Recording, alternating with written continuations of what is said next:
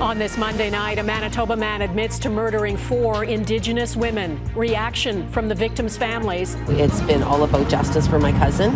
And why lawyers will argue the accused is not criminally responsible. What it means for the trial. Hamas agrees to a ceasefire deal, why Israel says it falls short. Save lives. Don't talk about fighting in blood. And why Israel's army orders tens of thousands of Palestinians in Rafah to move. Troubling trend. New numbers reveal a surge of anti-Semitism in Canada. And a Boeing spacecraft ready to launch with a Canadian at mission control. It's going to be very exciting. It's also going to be very serious. The high hopes after a troubled decade of development.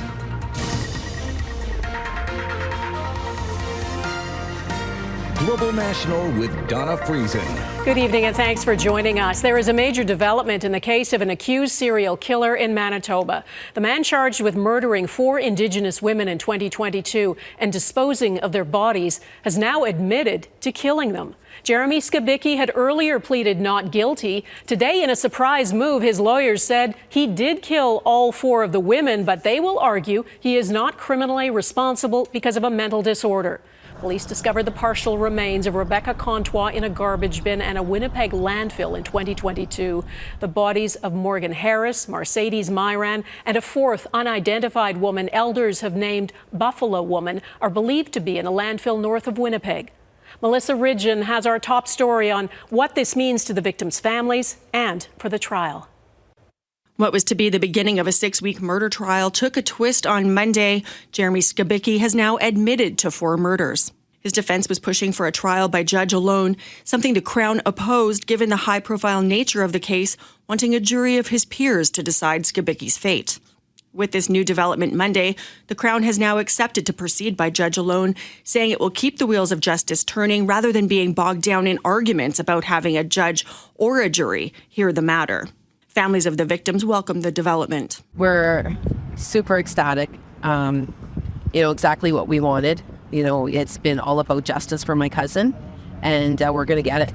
We're going to get it, and we're going to get all 4. The remains of Harris, Myran, and the unidentified victim are believed to be in a landfill north of Winnipeg, while the partial remains of Contois were found in a landfill south of the city, as well as in a dumpster near Skibicki's apartment in 2022.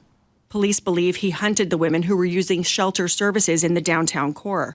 With this admission today, family now believe they won't have to relive some of the worst of what they were prepared for. That's definitely a relief. Families hope that admitting to the murders will speed up this judicial process, and the sooner that wraps, the sooner they believe a landfill search will begin. The trial to determine if Skibicki was criminally responsible when he killed the 4 women is set to begin on Wednesday. Melissa Ridgen, Global News, Winnipeg. In 2019, the inquiry into missing and murdered Indigenous women and girls concluded thousands of violent acts were not investigated and that the mishandling of cases amounts to genocide. According to Stats Canada, the rate of homicide for Indigenous women is nearly 6 times higher than for non-Indigenous women. Only 53% of murder cases involving Indigenous female victims have led to charges. That's in contrast to 84% of all homicide cases in Canada leading to charges. There are fast-moving developments in the Middle East tonight. The political leader of Hamas has said it accepts a ceasefire proposal put forward by Egypt and Qatar. Late tonight, Israel's war cabinet said, though, it is far from Israel's necessary requirements, and a military assault on the southern Gaza city of Rafah is going ahead. Rafah is where about 1.5 million Palestinians are sheltering after they were forced to leave their homes farther north. Now they are being told to flee again. Israel's army has warned about 100,000 people in eastern Rafah to get out immediately. They've been told to go to a so-called humanitarian zone where aid agencies warn there is not enough food, water, and medicine. Tonight, Israelis blocked a major highway in Tel Aviv, demanding their government save the hostages in Gaza and agree to a ceasefire. Crystal Goomansingh looks at whether that's any closer tonight. Word of Hamas accepting a ceasefire deal with Israel prompted scenes of jubilation in Rafah. Celebrations, however, might be premature. Israel still needs to accept the deal. Hours earlier, displaced Palestinians in Rafah expressed anger and frustration as they prepared to move again. We're dismantling the tent for the fourth time, says this man, as he heeds Israeli warnings. Israel Defense Forces claim Hamas fighters are hiding in Rafah, and in order to eliminate the threat they pose to Israeli safety, an operation in Rafah will be carried out. Flyers were dropped ordering people to leave 8 zones in the southern city and seek refuge in Han Yunis and Al-Mawazi. The places that people are being told to flee to are largely barren strips of land where there's no running water, sanitation systems, and electricity. The Norwegian Refugee Council spokesperson tells Global News military action in Rafah will lead to more deaths, destruction, and possibly push more people towards famine. Families of Israeli hostages being held in Gaza also warn the Rafah operation risks their loved ones' lives. Save lives. Don't talk about fighting in blood. Local media reports a letter was sent to the Israeli War Cabinet over the weekend from 30 hostage families accusing the Prime Minister of torpedoing a deal and abandoning the hostages. The United States had been pushing Hamas to accept the deal while trying to deter Israel from entering Rafah. We've made clear our views about operations in Rafah that could potentially put more than 1 million innocent people at greater risk. But we continue to believe that the hostage deal is the best way to avoid that sort of an outcome. The Israeli Prime Minister's office issued a statement noting the War Cabinet's decision to move ahead with the Rafah operations. A delegation from Israel will also be sent to continue with ceasefire negotiations. It's worth noting Israel says what Hamas agreed to is far from its initial demands. Donna? All right, Crystal in London tonight. Thanks. There was a commemorative service at the National Holocaust Monument in Ottawa today to mourn the millions of Jews killed during the Second World War. Prime Minister Justin Trudeau was there and said it happens at an especially dark period for Jewish Canadians. You can be a Zionist and strongly support the creation of a Palestinian state living in peace and security alongside Israel, a view I know is shared by many in the Jewish community and across Canada. It's my belief, too. Anti-Semitism is the canary in the coal mine of global hatred. What starts with Jews never ends with Jews. Jewish leaders in this country warn of a national crisis after a new report out today shows incidents of anti-Semitism more than doubled in 2023 compared to the year before. Mackenzie Gray reports on the hate crimes people are dealing with and what the numbers reveal. Molotov cocktails thrown at synagogues and shots fired at Jewish schools. Just 2 examples of a concerning national trend. The pervasiveness with which anti-Semitism permeated into the fabric of our society in 2023 is alarming. Jewish human rights organization B'nai Brith outlining the data in a new report. In 2023, the organization received details of 77 violent incidents, 405 cases of in-person harassment, and 462 notices of anti-Semitic vandalism, all substantial increases from the previous year. The result of the aggressive rise in anti-Semitism is that Jews from coast to coast, after being subjected to dehumanizing levels of hate over the course of the previous year, have been left feeling ostracized and abandoned. Those self-reported stats backed up by complaints made to police forces across the country. Montreal, Ottawa, Toronto, Mississauga, and Vancouver have all seen increases in anti-Semitic hate crimes in 2023, which looks to have continued into this year. Of the 84 hate crimes so far in 2024, 56% are anti-Semitic. Since Hamas's attack and Israel's invasion into Gaza, there have been widespread protests on both sides in Canada. But even pre-October 7th, hate crimes were a problem.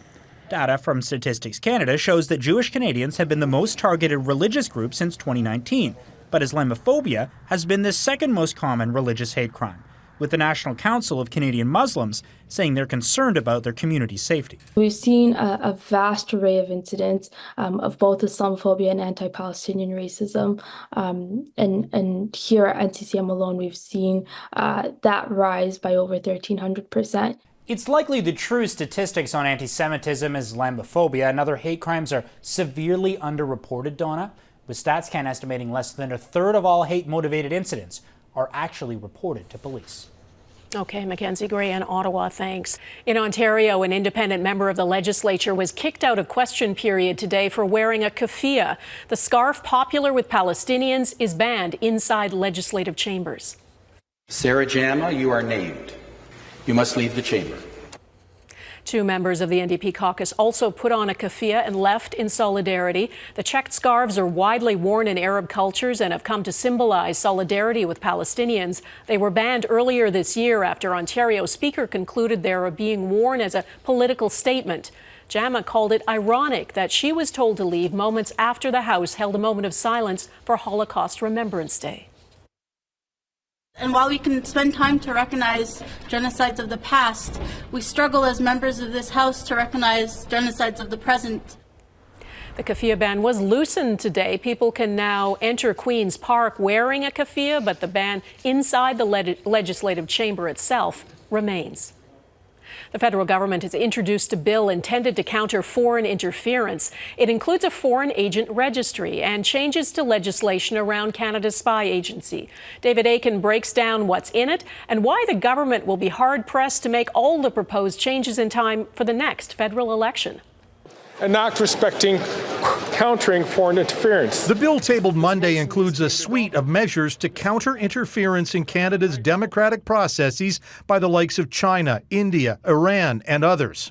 We're taking action to adapt and to respond to a world where life and consequently threats are increasingly moving to the online realm. It enhances our ability to address transnational threats or violence by foreign governments and those who work on their behalf. One of those new measures, the creation of a foreign agent registry, an idea critics said is long overdue. If a Canadian food bank must register to lobby a Liberal minister, paid foreign agents should have to register as well. Anyone in Canada will be required to register if they go to work for any foreign entity, a government or a foreign business, and if they are engaged in any way in policy development or politics. This registry would be overseen by an independent foreign influence transparency commissioner.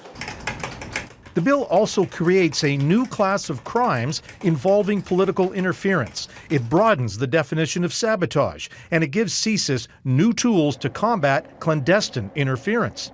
But MPs want more done, and on Wednesday are expected to vote for a motion calling on the government to ban any foreign national involved in foreign interference.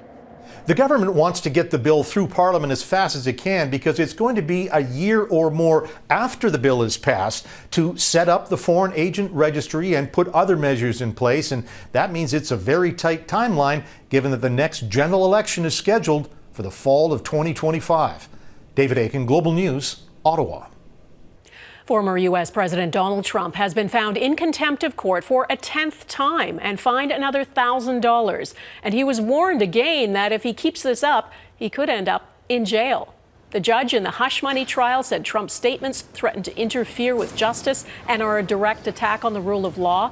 The gag order bars him from making public comments about witnesses, jurors, and others connected to the criminal case that's underway in a Manhattan courtroom.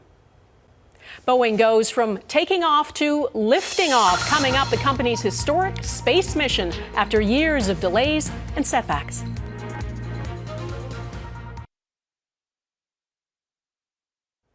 The weather is looking good for tonight's space launch at Florida's Cape Canaveral. This time, Boeing is behind it. The company's reputation with airplanes has taken a hit, but this is a whole new program for Boeing. And as Jackson Prosco reports, it's critical to NASA's mission to use private companies to help transport astronauts, including Canadians, to the International Space Station.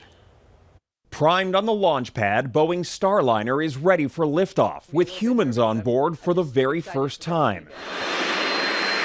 2 NASA test pilots will put the capsule through its paces on a test flight to the International Space Station. It's a big moment for NASA. It's a big moment for access to space. During the launch, Canadian astronaut Joshua Kutrick will be part of the flight control team at Mission Control. serving as capsule communicator.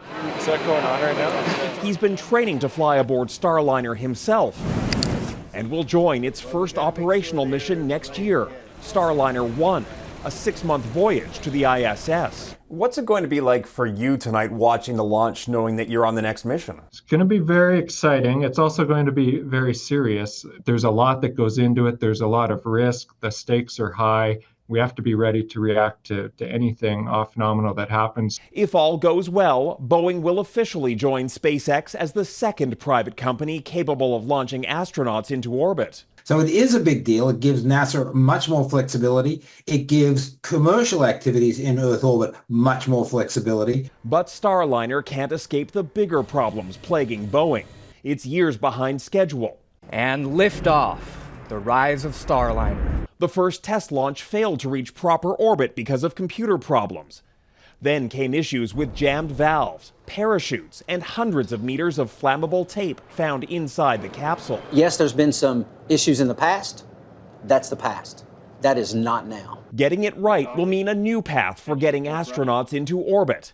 NASA and the Canadian Space Agency are both counting on it. I hope that it gets Canadians excited because we're just at the very beginning of opportunity in space and access to space. This is a mission that shows us that. Jackson Prosco, Global News, Washington. U.S. safety regulators have opened a new probe into the Boeing 787 Dreamliner, the company's top-selling wide-body jet. The Federal Aviation Administration will determine if proper inspections were conducted and whether employees falsified aircraft records. Last month, Boeing told the FAA it may not have completed required inspections. Boeing says there is no immediate flight safety issue.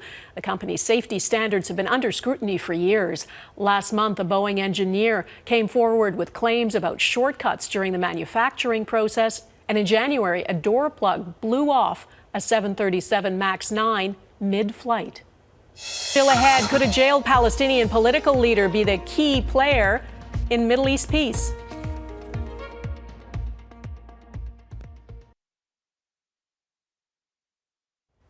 Among the on-again, off-again negotiations for an end to the Israel-Hamas war is the release of hostages held in Gaza in exchange for Palestinian prisoners held in Israeli jails. One of those prisoners is a man named Marwan Barghouti. He's been in jail for years, and yet during that time, he's become increasingly popular with Palestinians.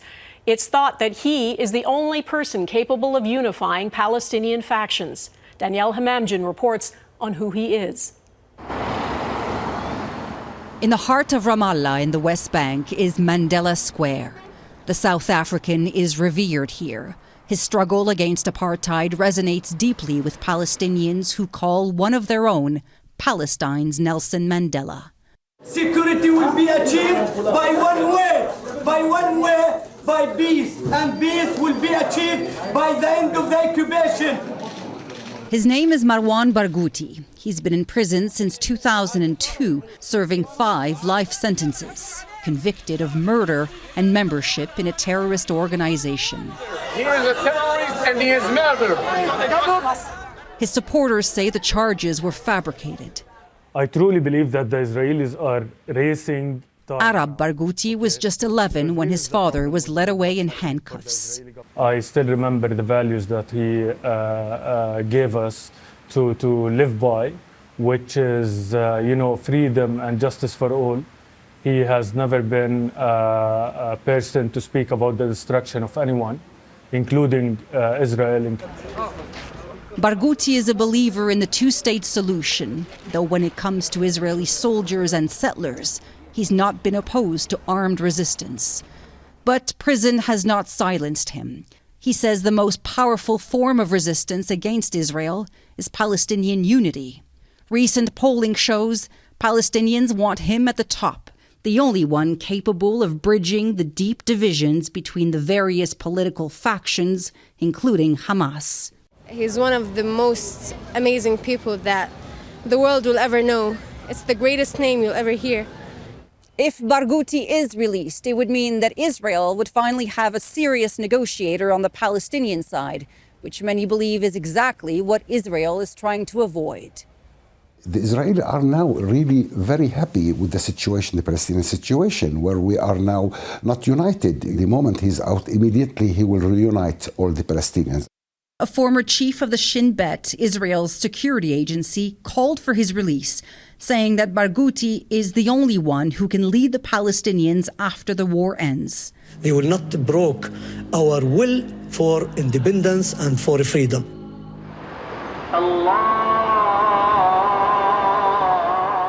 It's a message that endures here, even as hope for lasting peace seems to fade with each passing day. Danielle Hamamdin, Global News in Ramallah. Happy anniversary. Next, the UK marks 1 year since the coronation of King Charles.